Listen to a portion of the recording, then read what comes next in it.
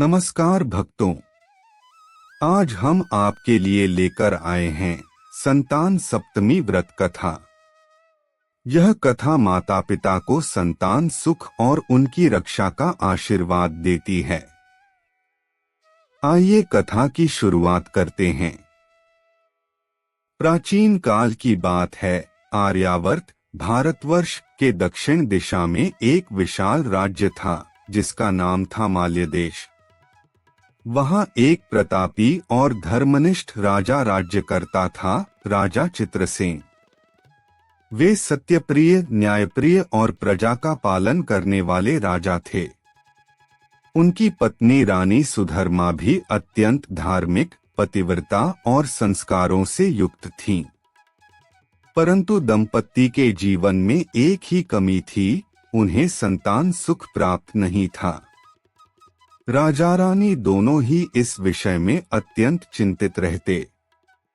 उन्होंने कई यज्ञ करवाए, तीर्थ यात्रा की, मुनियों से आशीर्वाद लिया, परंतु कोई लाभ नहीं हुआ। रानी सुधर्मा को यह व्यथा और भी अधिक कष्ट देती, क्योंकि उन्हें भय था कि उनके वंश का कोई उत्तराधिकारी न होने के कारण राजा की दूसरी विवाह करने की संभावना थी। संतान प्राप्ति की आशा।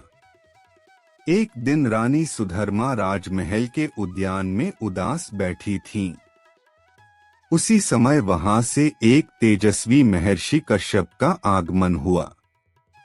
राजा ने उनका स्वागत किया और उन्हें आदर पूर्वक महल में लाया। रानी ने महर्षि को प्रणाम किया और अपनी संतान न होने की पीड़ा बताई। महर्षि कश्यप ने ध्यान लगाकर उनके पूर्व जन्मों का स्मरण किया और बोले, हे रानी, यह तुम्हारे पूर्व जन्मों का कर्मफल है। पिछले जन्म में तुमने एक ब्राह्मण कन्या होते हुए भी एक गरीब स्त्री के नवजात शिशु का अपमान किया था। उसी कारण इस जन्म में संतान सुख से वंचित हो। परंतु चिंता न करो, तुम्हारे पाप अब क्षीण हो चुके हैं। यदि तुम श्रावण शुक्ल सप्तमी को संतान सप्तमी व्रत विधिपूर्वक करोगी और सूर्य भगवान का पूजन करोगी तो निश्चित ही तुम्हें संतान की प्राप्ति होगी। रानी सुधर्मा ने श्रद्धापूर्वक उस व्रत को करने का संकल्प लिया। संतान सप्तमी व्रत की विधि। महर्षि कश्यप ने रानी को इस व्रत की विधि बताई। श्रावण शुक्ल सप्तमी के दिन प्रातःकाल स्नान करके शुद्ध वस्त्र धारण करें। एक स्वच्छ स्थान पर सूर्य भगवान की मूर्ति या चित्र स्थापित करें। एक साफ कलश में गंगाजल भरकर उसमें आम्रपत्र, सुपारी, नारियल रखें और कलश की पूजा करें। सूर्य भगवान को रोली, अक्षत, लाल फूल, लाल वस्त्र और विशेष रूप से गुड़ और गेहूं से बनी वस्तुएं अर्पित करें। संतान प्राप्ति की कामना से व्रत कथा सुने और सूर्य देव से संतान सुख, संतान की रक्षा और दीर्घायु की प्रार्थना करें। व्रत में दिन भर उपवास करें और अगले दिन अन्न ग्रहण करें। रानी ने पूरे श्रद्धा भाव से यह व्रत किया। जैसे ही सप्तमी का दिन समाप्त हुआ, रात्रि में रानी को स्वप्न में सूर्य भगवान का दर्शन हुआ। वे बोले, हे रानी, तुमने श्रद्धा से मेरा व्रत किया है। तुम्हारे गर्भ से एक तेजस्वी पुत्र का जन्म होगा जो धर्म, नीति और शौर्य में अद्वितीय होगा। पुत्र रत्न की प्राप्ति। कुछ समय बाद रानी गर्भवती हुई। संपूर्ण राज्य में हर्ष की लहर दौड़ गई। राजा चित्रसेन ने ढिंढोरा पिटवाया और गरीबों में दान वितरित करवाया। 9 महीने बाद रानी ने एक अत्यंत सुंदर, बलवान और तेजस्वी पुत्र को जन्म दिया। उसका नाम रखा गया विक्रांत सेन। राजा और रानी ने सूर्य भगवान को धन्यवाद देते हुए हर वर्ष संतान सप्तमी व्रत को पूरे राजकीय विधि से मनाना आरंभ किया। विक्रांतसेन बड़ा होकर एक पराक्रमी, विद्वान और धर्मपरायण राजा बना। कथा का दूसरा भाग, व्रत की महिमा।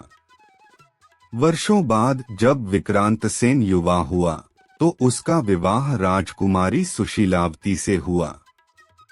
सुशीलावती अत्यंत गुणी और धार्मिक स्त्री थी।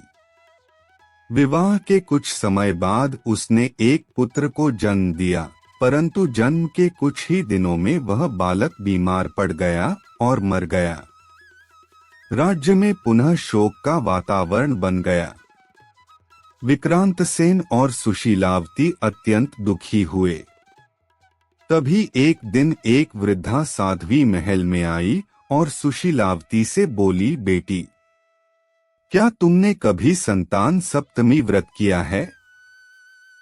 राजकुमारी बोली, नहीं माता, मुझे इस व्रत की जानकारी नहीं है।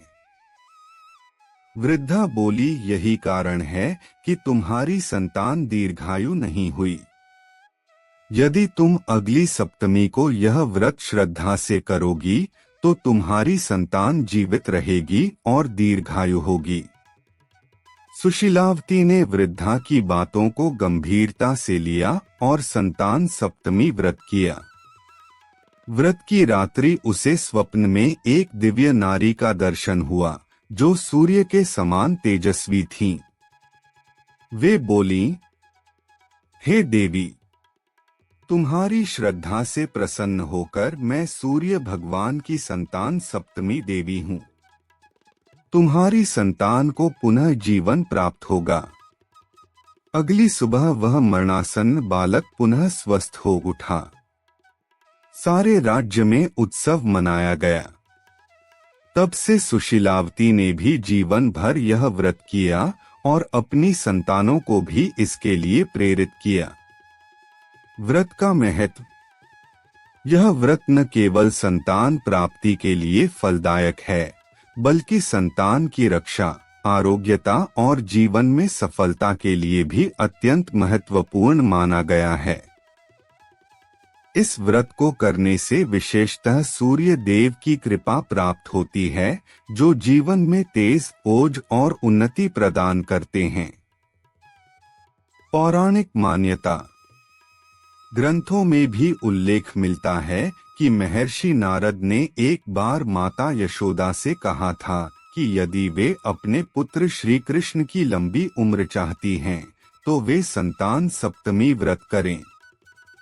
यशोदा माता ने यह व्रत किया और तब से यह व्रत गोकुल, मथुरा, द्वारका आदि क्षेत्रों में विशेष रूप से मनाया जाता है। कथा सुनने के लिए धन्यवाद। अगर आपको यह कथा पसंद आई हो तो वीडियो को लाइक करें, चैनल को सब्सक्राइब करें और बेल आइकन दबाएं। जय श्री राम।